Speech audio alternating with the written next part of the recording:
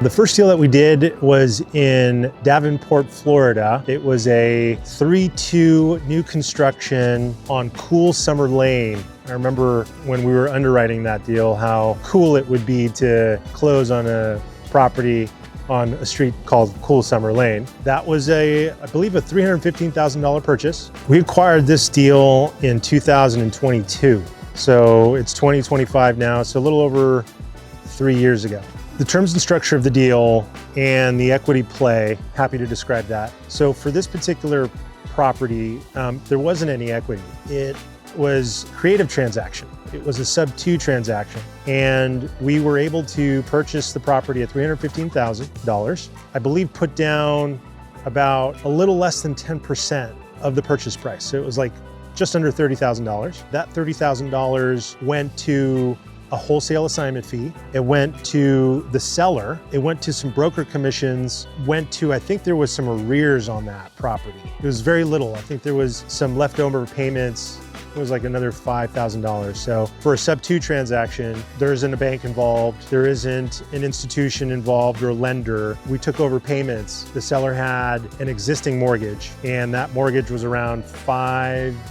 It was below market rates at the moment, and it has been below market rates since 2022. That gave us an opportunity to purchase a property with less than 10% down and not have to provide our financial information to a lender.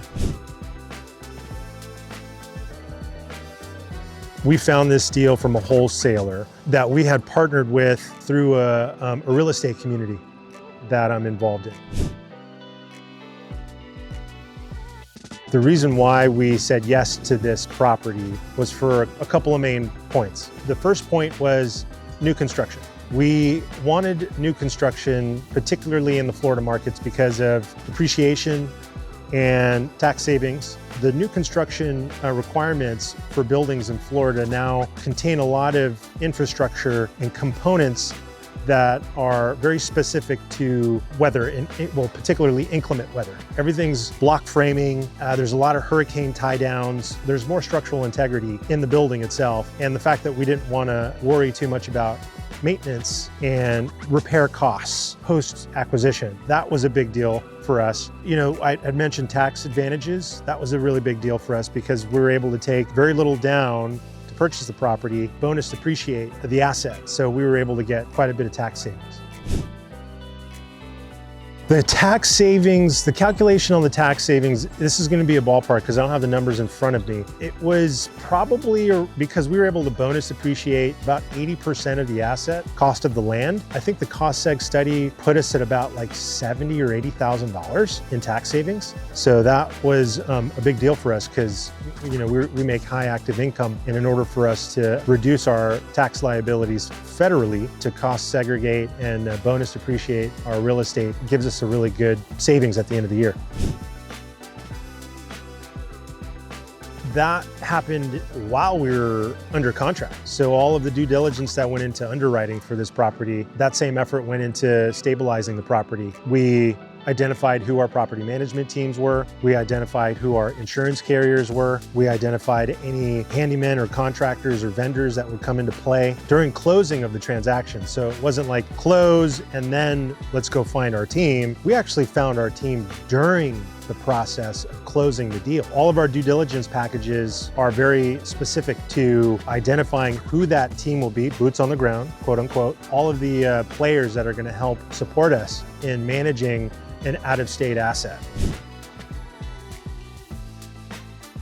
That's correct, because as soon as we close the deal, we want to be able to slide a tenant right in. It took us about 2 weeks to find a tenant, where in a lot of cases, it could take someone 2 months to find a tenant. So doing that due diligence up front during the process or even before the process is only going to set you up for success as you move towards stabilization and, you know, post-acquisition. The state of Florida has unfortunately seen a softening in the housing markets. Even rents have softened. Unfortunately, wasn't our expectation when doing the deal. And that's okay, because I think some of the main reasons why we purchased the property were because of tax savings, depreciation plays, just getting our feet in the door. We closed at $315. The property is probably valued at around $317. It's been 3 years. not a lot of appreciation in the deal. We've kept the same tenant. Now we've been able to do that by keeping rents the same. This particular tenant is a really good find. They pay on time, they take care of the property, there's no fuss, and we work with them and they work with us. And I think having somebody at a regular rate or below market rate will incentivize them to stay longer. And if we don't increase rents over the next few years just to keep them, in my opinion, when we do turnover, it'll just be gravy because we'll just bounce back up to market rents and we might be able to make more money. I think originally our play for this property was to hold it indefinitely or at least a minimum of 10 years. So it's not doing fantastic, but it's stabilized and it's slowly growing in value.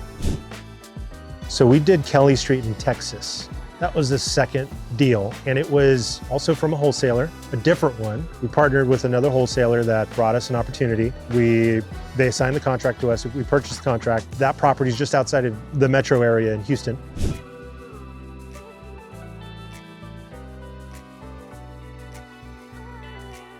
So we closed that property in 2022, and the initial investment was slightly under 10%. I think it was closer to like 7% on the entry. I negotiated a $5,000 reduction in cost because of conflicting marketing from the wholesaler. I remember they had originally had the deal listed at, I think it was like 260,000, and then I think we ended up closing at somewhere around 254,000. Another sub-2 transaction. So we took over payments from the seller. That interest rate, I think it was like 5.6% fixed interest, 30-year amortized loan. So the surprises that we encountered on closing this transaction were a couple that come to mind. Well, the first was, as soon as the wholesaler assigned the contract to us, we noticed there was a discrepancy in the purchase price and the marketing. So that's where we were able to negotiate down, I think it was $5,000 or $6,000. The transaction timeline, did our standardized due diligence packaging, found property management teams, all the players that were required to help us stabilize the property. Because it was a sub-2 transaction, we did normal sub-2 transaction contracts require addendums, seller acknowledgements. We ended up closing the deal. It's awesome.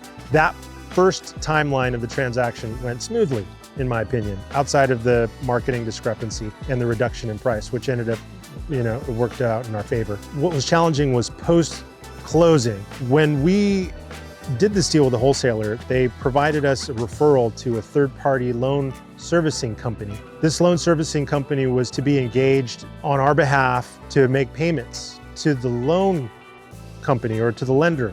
We trusted this wholesaler and we trusted their team and we trusted the process. And there was no reason for us to not engage with this third-party loan processor because it's somewhat of a standardized thing to do within sub-2 transactions. A lot of the times, the payments that are being made to the lender are outsourced to a third party who's licensed in that state to provide payments to the lender on our behalf. 2 months in, and they hadn't made a payment to the lender. And so the lender reaches out and writes us a letter and says, hey, we've noticed that you haven't made a payment. And by the way, we noticed that there's a new owner on title. Can you tell us why? And the language of the letter was very clear. It was a due on sale clause, no doubt, which for folks who don't know is the lender's obligation to accelerate the loan and require the borrower to pay, or the owner to pay the loan in full. Accelerates the loan. So because it was a new construction property or a new building and it was a loan that was originated, maybe about a year prior, it was still pretty full. The balance was still quite a lot. It was like 40 grand or 30 grand or something like that we would have to pay out of pocket. So we were like, oh, well, we called up the third-party loan processor and go, why didn't you make the payment? Oh, well, I'm sorry, we forgot. And that's when we hit the fire alarm. All hands on deck. Immediately filed the third-party loan processor. Went back to the wholesaler and said, don't ever refer this company to anyone ever again because the one job that they have to do, they're simply not doing it. So that was a big lesson. And so what we ended up having to do was go back to title and to unravel the transaction, bring the seller back to the closing table and say, hey, Mr. and Mrs. Seller, we're gonna have to deed the property back to you because of this due on sale clause. Have you draft up a revocable trust, close in that trust, and then assign the beneficial interests of the trust to us and our holding company to avoid this due on sale clause from fruiting or being executed. The seller came to play, was amicable. We got back to the closing table with title, and we began to close the transaction with the trust in place. So when we went back to the closing table and notaries have showed up and have executed our documents and have sent them back to title, we get a phone call. Hey, we noticed that one of the sellers didn't sign any of the paperwork. Why? I said, I don't know, let me check in. Call the seller. Hey, we noticed that your wife didn't execute the documents. Title is, because she's on the deed, requires for her to execute these, this paperwork. And he responds, I'm really sorry, but my wife passed away a couple of months ago. That's when there was a big punch in the gut. Unfortunately, not something I've ever experienced. And it was A, sad because he lost his wife unexpectedly. B, a challenge for us because we had to somehow figure out how to close this transaction quickly because of this notice that we received. So time was of the essence in this situation. So what we ended up having to do is tell the seller that they would have to go to the county recorder's office and file a death certificate. In order for him to file a death certificate, he would have to have 3 disinterested parties that would be able to notarize the paperwork in order for him to get the certificate and file it with the county. That was a bit of friction for him because he didn't know anybody. He had moved out of the area where the home was located. Long story long, we were able to do it. He was able to get the paperwork, we were able to record, we were able to go back to title, we were able to close with the trust in place. And the due on sale clause never fruited. And ever since, we've been able to make payments on our behalf through our own internal loan processing without any hiccups or any problems. And I think that was a big lesson for us. We don't need a third-party loan processor. We have all of the capability, power, and wherewithal to make these payments on time. We're fiduciaries. We're real estate professionals. We not only do deals for buyers and sellers where we represent, but we also represent ourselves, the acquisition of our own assets. That was a big learning lesson for Kelly, but we got it done. So Kelly Street's actually pretty stable. It hasn't gone up and it hasn't gone down in value. It's new construction. It's a 2021 build. So we were able to do the same thing there with cost segregation and save quite a bit. So we, in this year of 2023, were able to deduct another $60,000 or $70,000 from our books. So we were able to show pretty substantial loss on the books because of our cost segregation engineers and the work that they did. We had a tenant in place, so the same tenant for the last 2 years. We recently seen a turnover. Our property management teams have done a really good job in finding a new tenant. I think the turnover was at only about 2 weeks. Really, for this particular market, quite good because it's on the outside of Houston. It's kind of off the beaten path a little bit, but in a nice little community, new construction. It's not a home run by any means, but I think a big reason why we did this one too is because it was kind of a long-term play, another 10-year play. And we can talk about, later down the line why we're doing these 10-year plays in the single family asset class, because there's a bigger strategy, I think, here that we should talk about. The third property that we did in the portfolio, that was High Springs in Florida. So another new construction, single family home.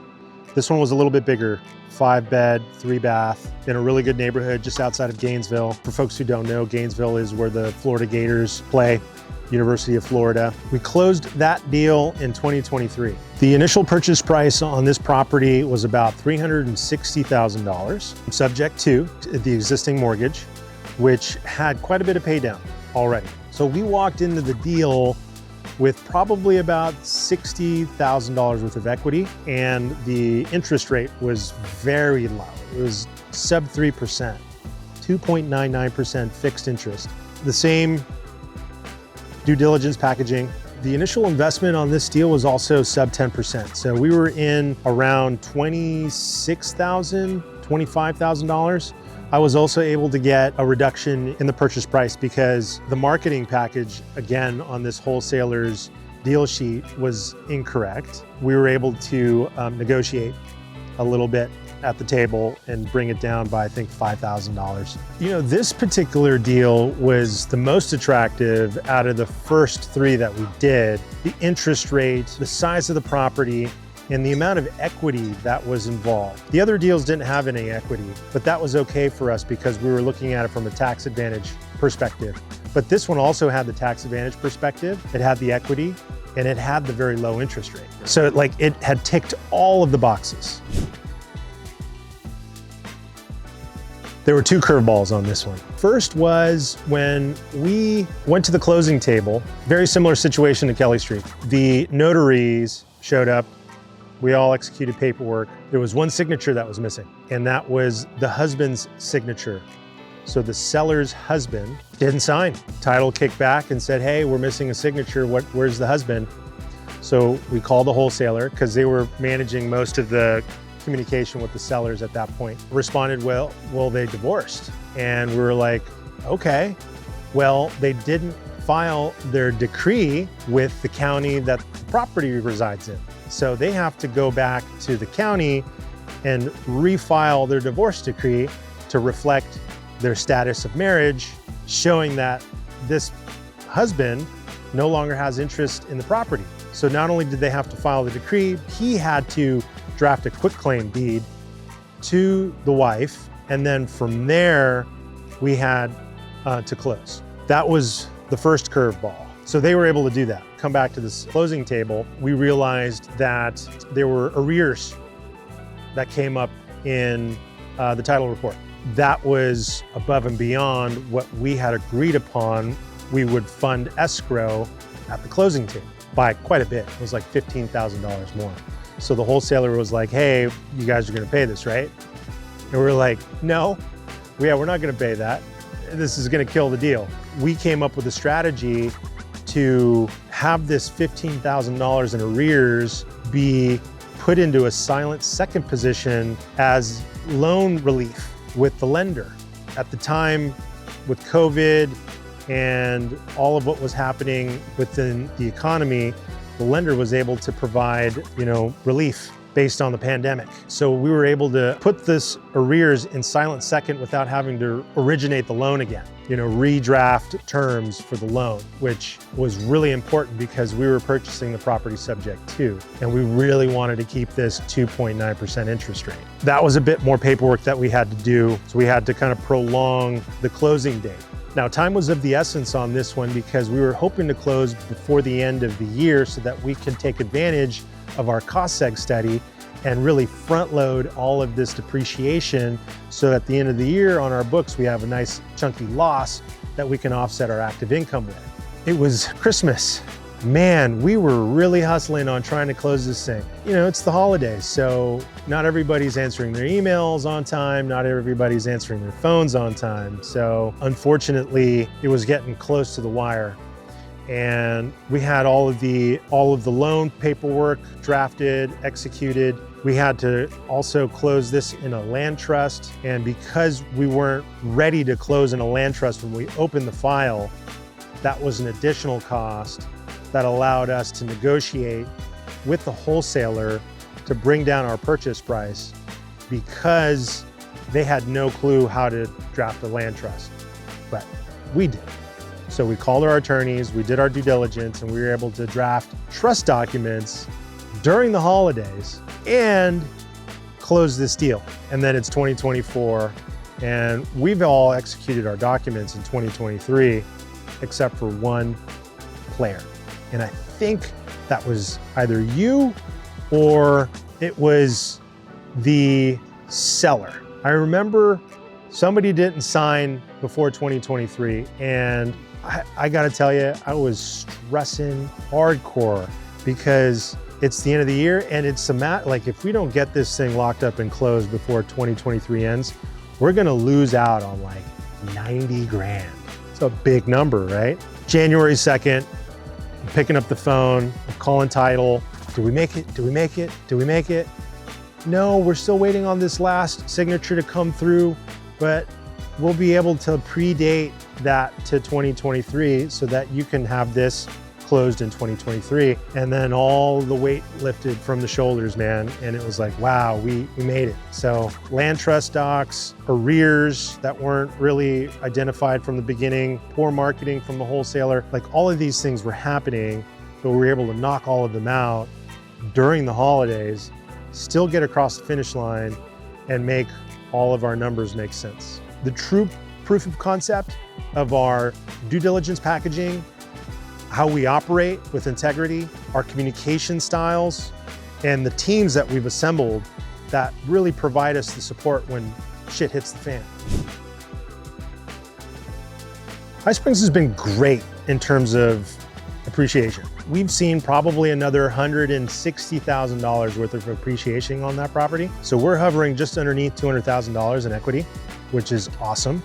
Still hugging that 2.9% dearly. We've had a troublesome tenant for the first couple of years that we're working through. Fortunately, they didn't damage the property or anything like that. They've just been really late on making payments. We operate from a place of integrity and compassion, so we've worked with them on getting payments from them on time and taking payments over time. But since they've moved out because it just wasn't a good fit. So found a new tenant and we stabilized the property. A few, turnover repairs that we've had to do that were really minor that like a handyman was able to handle for us. Standardized painting, cleaning of the carpets, just standard turnover maintenance stuff that we ended up taking on. But all in all, I'm pretty happy with High Springs. There is a little bit of a balance from the previous tenant that we're hoping to collect. But other than that, it's in great shape. It's in a good area, feeling really good about that one, and another minimum 10-year play for us. The duplex in Iowa, Cedar Rapids. I think what ended up happening after High Springs was like, hey, this is a bit of chaos in Florida. Let's look at some base hits on, lower purchase price points. So we were able to find a duplex that was listed in Cedar Rapids for under market value that was recently renovated. So we were able to close that with a private lender, and that brought us in just slightly under purchase price because we were able to bring down, we were able to negotiate. I think the purchase price was somewhere around 135 to 40,000, somewhere in that zone. And then we were able to close at closer to 130.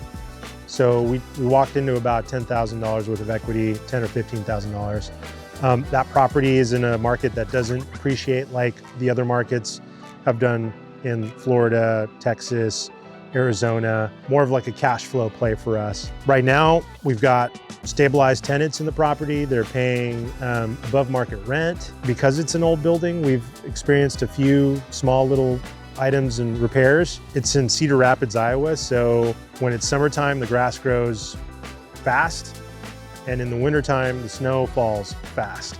So a lot of the maintenance items that we take on that property are really snow plowing, lawn care, because we like to take care of our properties and making them clean and tidy and marketable and approachable to prospective tenants.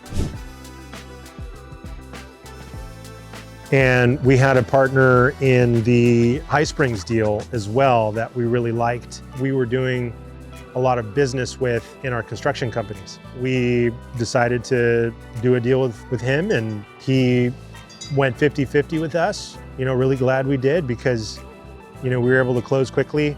There wasn't any challenge or curveball on that one. It was a really straightforward cash deal. And right now we're sitting on a pretty big bankroll for that property, including a bit of equity cash flow. That's been stabilized and is feeling like it's going to be a good performer for the next foreseeable future. Now, whether or not we keep it for 10 years is, I think up for discussion because it's not in a greatly appreciating market. It does cash flow. It is a duplex, but it is an older building. I think the building was constructed in like the early 1900s. It's been renovated and it has been modernized, but it's, it's an old foundation, it's got old bones. It's our kind of one-off in Iowa. Since we've done business in Iowa, I think we're all pretty clear that we're not really too excited about that market, and we're gonna move on to, greener grass. We did cost seg study the property, but it wasn't like a big amount because of the purchase price was minimal, but then also the age of the building and how much depreciation we were able to pull out of those old bones. Maybe like 20 to 25,000 in savings, which ended up being enough for me to move that tax liability needle closer to zero for that particular tax year. So anything is better than nothing. Yeah, if people want to learn more about the specifics of this deal, they can go onto my website, diegotorrelio.com. Happy to have a conversation and a discussion on ballpark numbers. However, I think if somebody wants to get some accurate numbers, we would require just a simple non-disclosure agreement. Happy to share with anybody who's interested in learning more. Absolutely. Yeah, the next property that we acquired was back in Florida, actually. In Florida, we were just outside of Tampa Bay in a town called Punta Gorda, and that was another new construction, sub 2. The interest rate wasn't spectacular, but it was under market, which was, I think, somewhere around 6.125, somewhere in that zone. Now, that was also a sub 2 play, and we were able to get a deal with very little equity, but of course, new construction, 10-year play, cost seg play, and we were able to probably save another $60,000 to $80,000 because the purchase price, it was somewhere around $270,000. We put just underneath 10% down. All of our due diligence packaging went into that one as well. No curveballs, fortunately. The seller was very easy to work with. And for that matter, all of these sellers that we purchase real estate sub 2, we continue to stay in contact with. We're happy to answer any questions. They're essentially like our clients. We have a fiduciary obligation to perform on these notes, and we want to make sure that everything's taken care of in a way, but there aren't any wrinkles, there aren't any issues. So we're very open with our sellers when we buy sub 2. Purchasing these properties subject to is a really strategic way to purchase real estate. However, there's a little more comprehension and there's a little more sophistication involved in structuring these transactions. But more importantly, there's more responsibility once the transaction is closed, because these notes aren't in our name, they're still in the seller's name. The big reason why we have so much success is because of our professionalism. We're professional fiduciaries. We're in the real estate business. We not only act as advisors and representatives to buyers and sellers, but we apply that same professionalism into our portfolio and applied them to our sellers that we purchased subject to. That property was purchased in late 2023. I think we've gotten about another $15,000 worth of value out of that deal. It occupied by the same tenant. They pay on time. In fact, this particular tenant was overly qualified to rent the property. I think about a year ago, I had pitched the idea of a lease option with this tenant because they've been such a good tenant, where we could provide them an opportunity to purchase the property as long as they're open to terms on an option addendum, and potentially have them be like in a 5-year hold where we would get some more rent for the lease option terms, and then we would lock in a purchase price. But we haven't gotten to that bridge quite yet, but definitely something that we're looking at as an exit strategy. That one's about neutral. We're like, just because of our property management fees, upkeep, the lawn care. It's Florida, right? So there's grass grows fast. And I believe that's on a well and septic system. So we take a little bit more effort in making sure that the well's filtration systems are cleaned, all the mechanical components of those systems are maintained. So we spend a little bit more money on the front end that, I think will even out as the years go by, because rents are going to be increasing over time, and we're going to see appreciation in the property. Maintaining the property and just making sure that it's in good shape for the long haul, to me, is more important than, saving $100 a month. You know what I'm saying? I think it'll pay on the back end. As long as it matches your exit strategies. For us, these plays have been mostly tax advantage plays, and we've always had the agreement of going in with a 10-year outlook. The cash flow isn't so important to us as the appreciation and the deduction in tax liability. So as long as folks are aware of that going into closing, then there shouldn't be any issues as you help maintain the property. You might not have a really great month one month. People don't make money in real estate on cash flow. They make money on appreciation, and the play is to hold indefinitely. So when you hold for a really long time, that's when you make your money. We closed another property in Florida, in Lakeland, Central Florida, southwest of Orlando, in a city called Lakeland. I have a lot of family in Lakeland, actually.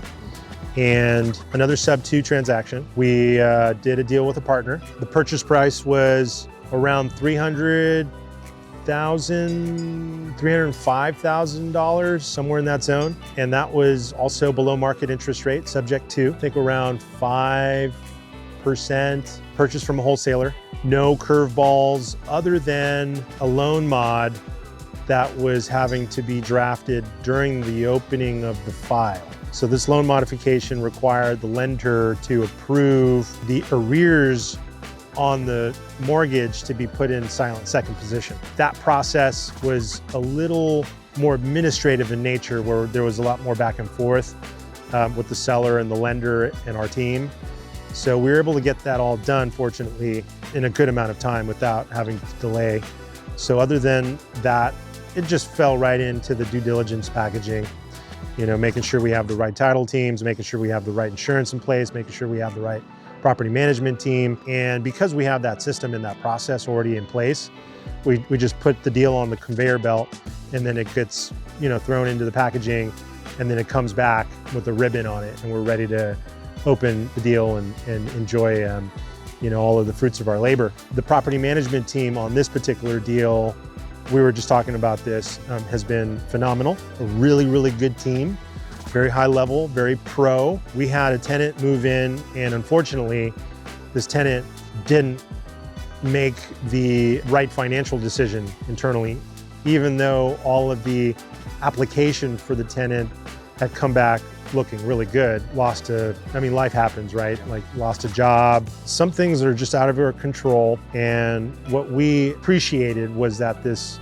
particular person raised their hand and said, I can't afford this place, instead of living there and not paying on time, forcing a messy situation. So he got out, and the property management team immediately went into play. We're able to find us a tenant within just a couple of weeks. At that particular time of year, it was difficult. At the beginning of the year, just right after the new year, like January, February, and it was like, oh my gosh, okay, we have to scramble and find a new tenant. So they were able to do that, communicated everything along the way, felt really good, secure and safe that, the new tenant that we were putting into the property was a good fit. I'd just like to say also, this turnover experience is just a part of real estate. It's a part of landlording. It's a part of being an investor.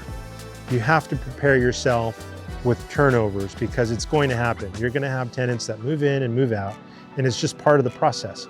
So if you have a really good property management team, or if you have a good property management program, you're going to be able to eliminate or avoid the lengthy amount of time between turnovers, making sure that you have a good due diligence package, making sure you have good teams and boots on the ground, making sure that everybody's communicating and on the same page, using systems and process and software and technology. All of this is so important in maintaining an investment property out of state. Even if it was in state and in your neighborhood, you still want to go through that same due diligence. The property at Dolostone is slightly appreciating. It's only been about a year, so we're not seeing anything that is moving the needle. The turnover in tenants have been an unexpected expense, And unfortunately for our partner who did this deal, seems to be a little bit too much of a burden. You know, for those new investors who aren't really aware of the full amount of risk that's involved in managing an investment property can be an issue. Our transparency and our communication styles are very, very clear from the get-go. You know, here's our spreadsheets, here's our underwriting, this is what the numbers look.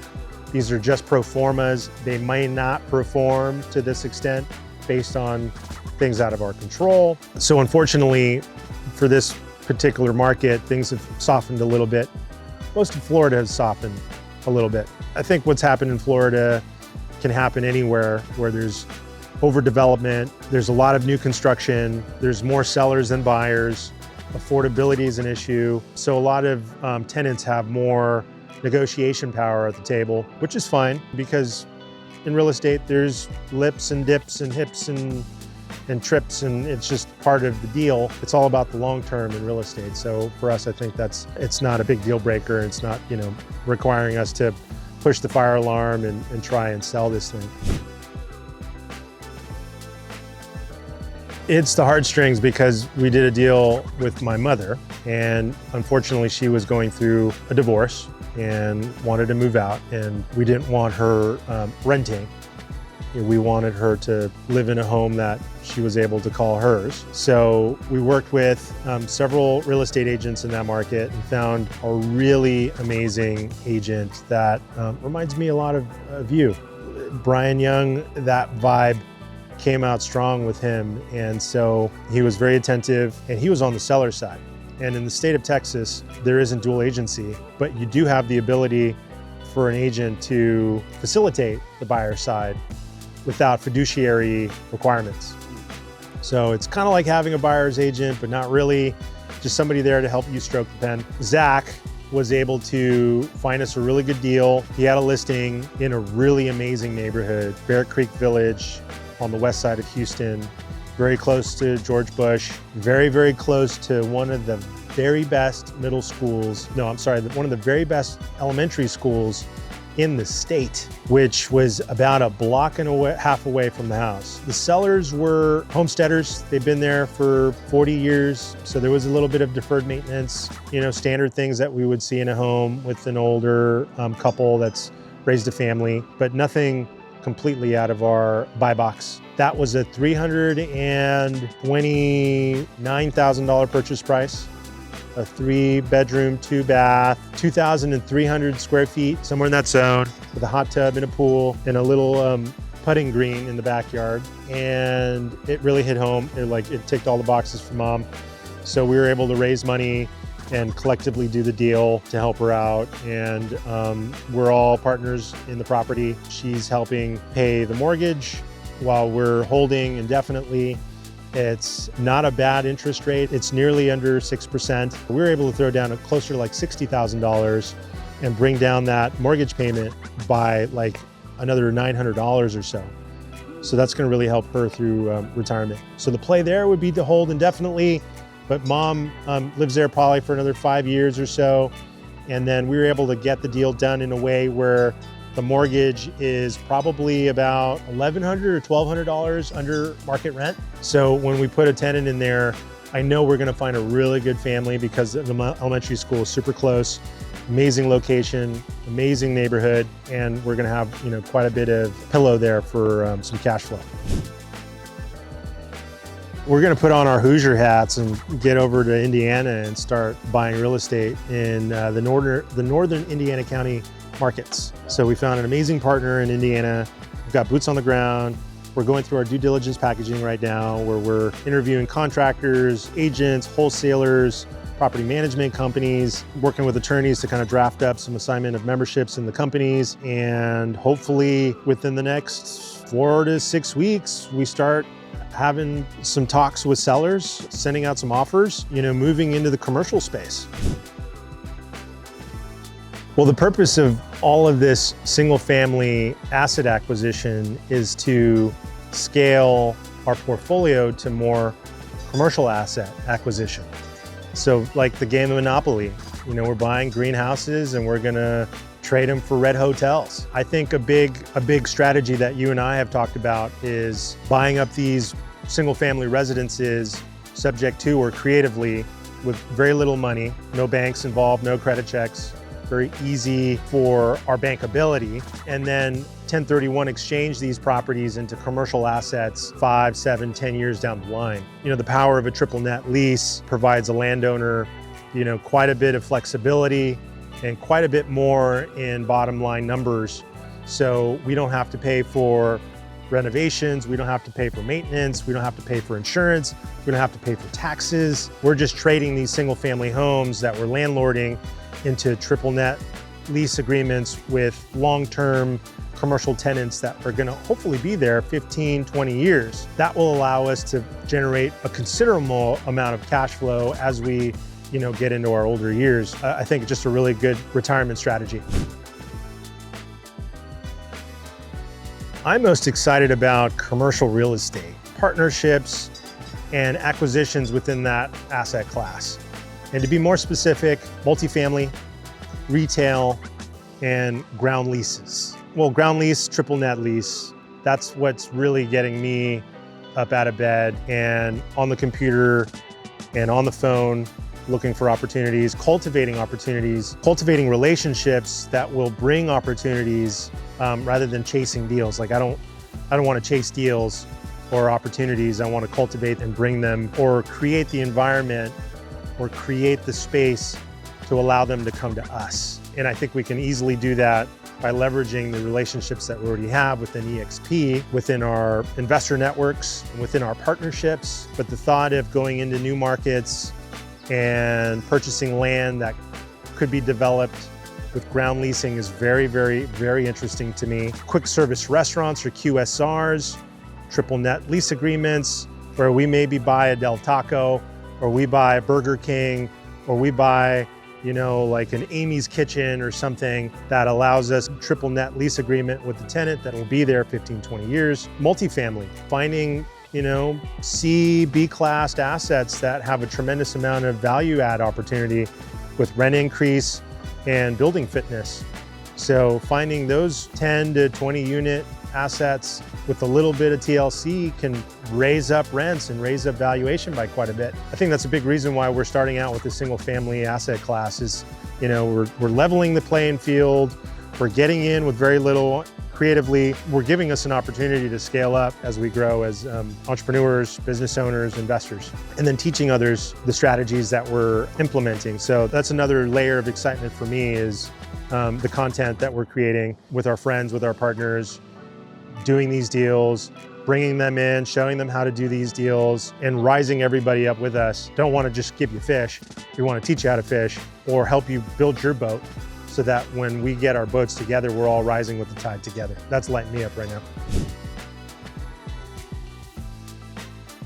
For folks who are really interested in getting into real estate and don't know how to, I think a really great way to start is by finding people who are already in the space that you resonate, connect with, know, like, and trust. Raise your hand and ask for help. Do your due diligence.